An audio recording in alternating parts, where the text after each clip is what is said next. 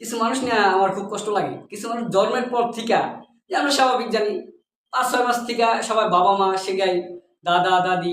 তো কিছু মানুষ কোথায় কি বলতে হবে না না বলতে হবে এইগুলো ভাবতে ভাবতে তাদের যুগ যৌবন, হ্যাঁ, এমনকি মৃত্যুর আগ পর্যন্ত চলে যায়, তারপরেও তাদের জ্ঞান বুদ্ধি হয় না। তাদের জন্য খুব কষ্ট লাগে ভাই, খুবই কষ্ট লাগে। তারা কোথায় কি বলবো, তাদের এই হুশ জ্ঞানটাই নেই। জ্ঞান প্লাস হুশ, এই দুটা যার ভিতরে নাই, সে কেমন মানুষ? যার মান নাই আর মনে করি সে মানুষের কাতার পড়ে না। যার কোনো হুশ নেই সে তো পাগল, সে তো ল্যাংটা ভাবে থাকবে। তো তাদের জন্য খুব কষ্ট লাগে।